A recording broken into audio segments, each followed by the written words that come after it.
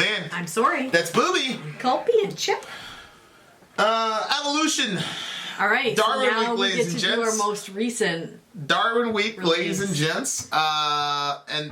So earlier today we did Ride My Rocket. Ride My Rocket by Pantera. Was the very first song that was released under Pantera. Yep. And this one is called I'll Cast a Shadow, and it's the last song on Reinventing the Steel, which unfortunately was the last record Pantera did together as a band. Now, obviously, the members of the band did other stuff. Yeah. And, I'm pretty sure Dime and Vinny went to this band called Damage Plan, where, unfortunately, the big homie Dime was assassinated. And, you only use the term assassinated for, important people, but I feel like Dime should get that type of credit because he's that important. At least he is to me. So, I don't really care what anybody's opinion is. Yeah, but this is our reaction channel. Right. So, so this is the last song that, I don't know if it's the last song they did together, but it's the last song on their last record. So earlier we did the first song on the first record, last song on the last record. This is called I'll Cast a Shadow from the record Reinventing the Steel. Let's go. Go.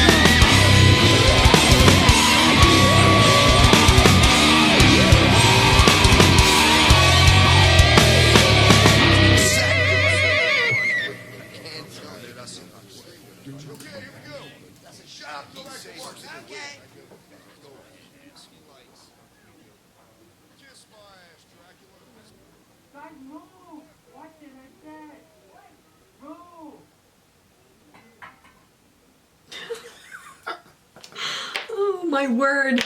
That was so good. That was it got heavy. so heavy, and then So heavy, bro. the way that. Okay, so who did the vocals in the first one? Same guy? I don't know if it's the same guy. I wish we knew. I don't know if it's the same guy, but Well, I'll it's tell definitely you. an upgrade. That's for Yeah, for sure. For sure. sure. What were you saying? Well, I was gonna say he came quite a ways. He came kind of with. Yeah. I don't know what year Phil joined the band. But it sounds more like, I don't think that a 17-year-old boy can make the same depth of sound as a grown man can in most instances. Okay, it definitely wasn't Phil, because Phil started in 1988. That first record came out in 83. Okay. So they ditched the singer, they got Phil, or the singer ditched them and they scooped up Phil. I don't know, because I don't know anything about Pantera other than I love Dimebag Darrell. So y'all gonna have to help us out with that for sure. But God, oh my, I know. That's probably okay. So far we've done Korn, Guns N' Roses, and Pantera. So far, Pantera has the most difference in sound. Difference as in, because Korn was different from the first to the last, but I felt like it was flipped. I liked the first one better than the last. Like Korn kind of went backwards. Yeah. So as far as evolution, I believe evolution is supposed to make something better, right? Sure. It's supposed to. Yeah. According to the theory. Yeah. So Pantera so far is holding the torch for Evolution Week. Yeah, like as far as evolving, like they're. Well, I mean, they kind of skipped genres, like to some degree, because it's almost like the first record was kind of like. I don't know. Was that metal? Was that Ride My Rocket thing? Was that really? Could we fairly classify that as a metal song? I don't know. Like, it's a serious question. Like, I don't know. Right. I feel like that wasn't very. Yeah, I hear what you're saying. Wasn't really much of a metal song, in my opinion. This here was. This was straight up. This was really good. Like right from the beginning, it's like da da da da. It's Yeah, like boom. went in hard. And it's interesting because he's talking about, when I die, I'll cast a shadow, and I'll rise, I cast a shadow, which it's kind of strange. It's strange how many times that these guys are prophetically speaking about things. It's unbelievable. It's uncanny. It's crazy. It's very bizarre. It's crazy. This is like the fourth or fifth time that you know. Yep. But of course, it is interesting. This record came out in 2000, and here we are in 2019, and show me a band that can come up with a song heavier or more pertinent or more that's ready to plug and play right now. Yeah. Like this is right now plug and play metal. Like it's not dated. Like you can't tell. Like if I were to say, like, what year did this come out? You know, it's crazy to me, like. You know, when we were coming up in the 90s, 20 years previous to the 90s was like the 70s. Mm-hmm. And you could tell when something was recorded in the 70s. Some of it has to do with the technology, right? But some of it just has to do with, you know, there's a 70s chord progression, there was a 70s singing style, you know what I mean? And this came out when? This came out in 2000, and which means it's a 20-year-old track. It doesn't sound like it. And you wouldn't be able to tell. No. I mean, you just wouldn't be able to tell. It's crazy to me. Aesthetically, they've evolved. Like, oh yeah. You know, Dime and Vinny gained some weight, but we should. Here's a picture of them side by side. No, here, look at here. So here's a picture of them during the reinventing the steel era. And here's a picture of them during the you know, Ride My Rocket era. Like, it's a completely different band.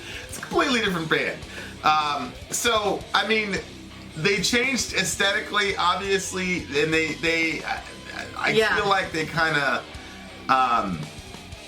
of switched genres to some degree. Yeah, they got so heavy. All right, so. Here we go. The end will crush the light and sends a message. It won't please the naked eye. I didn't know what it was about. It just looks to me like he's saying that this band is so epic that even when they die, they're gonna cast a shadow. Like that's pretty wild. People are gonna know that, and then they're going to be basically resurrected through their music. When I die, I cast a shadow, and I'll rise. I cast a shadow. Yeah. So it just seems like, the law of the claw reigns on and after still. So right here, it looks like it's just talking about, That's crazy. When their time is over. Which, of course, in the immediate present of 1999, their time was over, because that was the end of them as a band. That was their last song. Like I said, I don't know if this was the last song recorded, but it's the last song on the record, and it was prophetically accurate. That's wild. And then, of course, who could have known they were going to die 4 or 5, Dime was going to die 4 or 5 years later, and he cannot replace Dimebag Darrell. No. Can't be done. So it's like the message, who they were as people, as a band, all that, it's going to come to an end. They're going to die, or the band's going to disband, or whatever. But he's going to cast a shadow. They're all casting a shadow because their music was just so big and powerful that they're not going to be, it's going to be impossible to forget them. Right. I'm leaving more eyes open. I close up both of mine. See?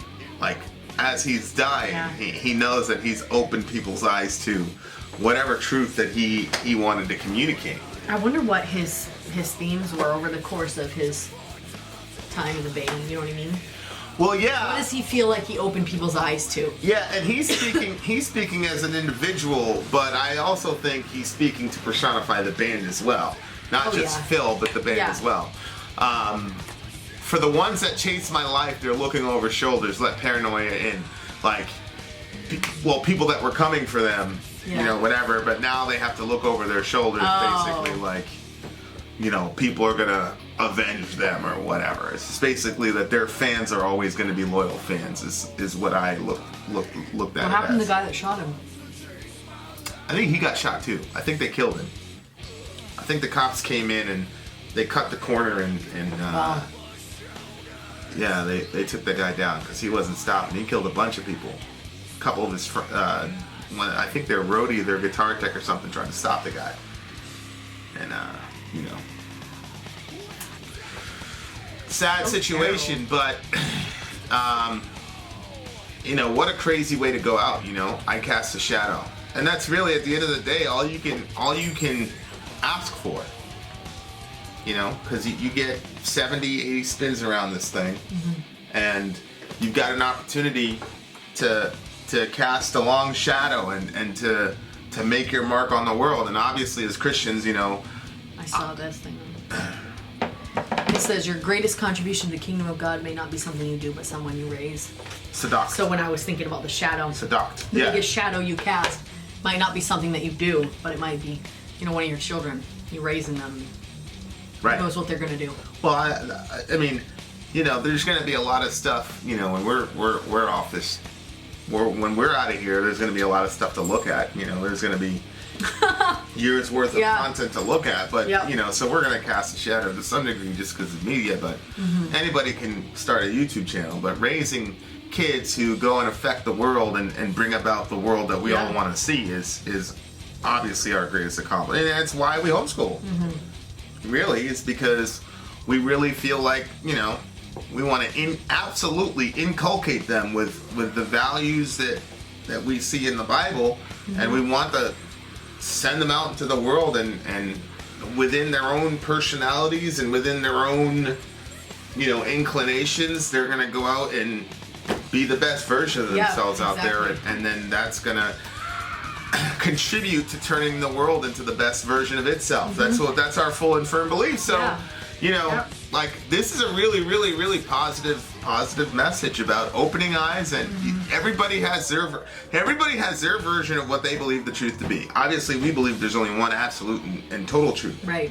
And one's absolute and total reality. But everybody has sort of like the originating template that they operate from. But not many people are intentional about because a lot of people like, that's my personal whatever.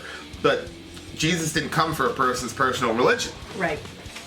People don't realize that. Like, Jesus wasn't coming with religion. His first message was the kingdom of God is at hand. Okay, that's a political statement. Right. Especially in the context of the Roman culture. So, especially being a Roman colony, which basically Israel was at the time, that is a highly controversial statement. So, we've got the belief that we definitely are here to cast a shadow for sure. And this, honestly, YouTube is there to facilitate us being around our kids, so that that's not what I thought you were going to say. So that they can go out there and cast a shadow. Yeah. Whatever they do is from us, right? So, but YouTube makes it possible to spread a bigger shadow. I thought that's what you were going to say. Like, yeah, I mean, as you have more people that you can. I mean, it's 25 million people. I mean, that we reach with our videos and such. But I think the difference is that the intentionality that we take to the kids, and the generational ideology that we're inculcating to the kids, and the vision casting that we spread to the kids, we didn't have that type of intentionality when we started the channel. Right. It was just, we're gonna, You were just showing me a video. See what I'm saying? So it's different because that you've got the intentionality piece from it, and somewhere along the line, it seems to me that they kind of this was kind of like their YouTube. Like, they started off like, "Hey, ride my rocket," and then they're like, "Whoa, we're really affecting people. Yeah. Maybe we need to say something like really significant." So like they did the walk song. Woo! They did Floods, which is cemetery gates. They've said a lot of really existentially significant stuff. And so somewhere along the line, it's pretty cool, like, to see this as a last song.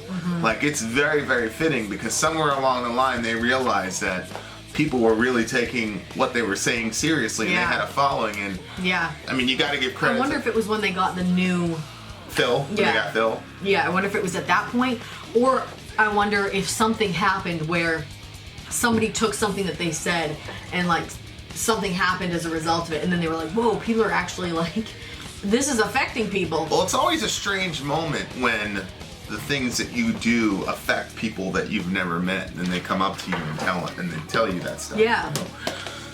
So I agree. There must there was times where people would quote you on their Facebook page or something, and you were like, well, that's wild. From the channel or just in life in general? I can't remember. I thought it was both, but yeah, there was one time, I had this line one time, we're talking about like terrible situations that happen, and somebody asked me, what are you going to do? And I said, I'm just going to breathe in and out and love Jesus. And, like a couple of weeks I saw, and it wasn't like they were giving me a nod, it was just, they were using that line for themselves for something. And I was like, whoa. I remember the first time that happened, I was like, whoa. Like, that's crazy. I didn't even really think the person was really listening to me like that, because they were like not the person I was talking to when I said that. So when you realize, I just think that, Pantera is like, it's the knuckle dragon, hardcore, heavy metal, da-da-da-da-da, but these were real deep brothers. Like, and this shows it to me. Like, they knew, hey, we're special here. Yeah. And we've got important stuff to say. And while people are listening, we're gonna say important stuff. And you don't see that a lot. It's like easy to make your millions and write, typical songs or whatever. It's hard to continuously say significant stuff. So, as a parent, it must make you pretty proud, to see. Obviously, your kid, succeeds in becoming, a rock star or whatever it is that. Yeah, one of the biggest. Yeah. And so you're like, wow, that's crazy that they did that. But then to see that maturity in their lyrics, Yeah. Because, I mean, a parent, Ride My Rocket, you'd be like. Well, the dad produced that record. Yeah. Yeah.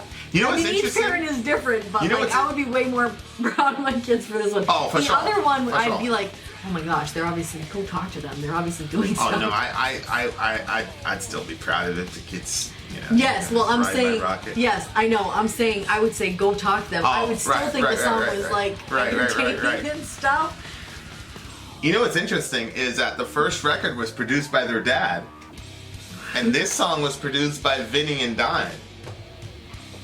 So They it's were like some entrepreneurs there. so they, you know, it kind of like went full circle, Yeah. like, to where they were mature. They were able to do their. I mean, it's just that's a beautiful thing. Like if you're able to make all those connections, it's unbelievable. Yeah, that's cute.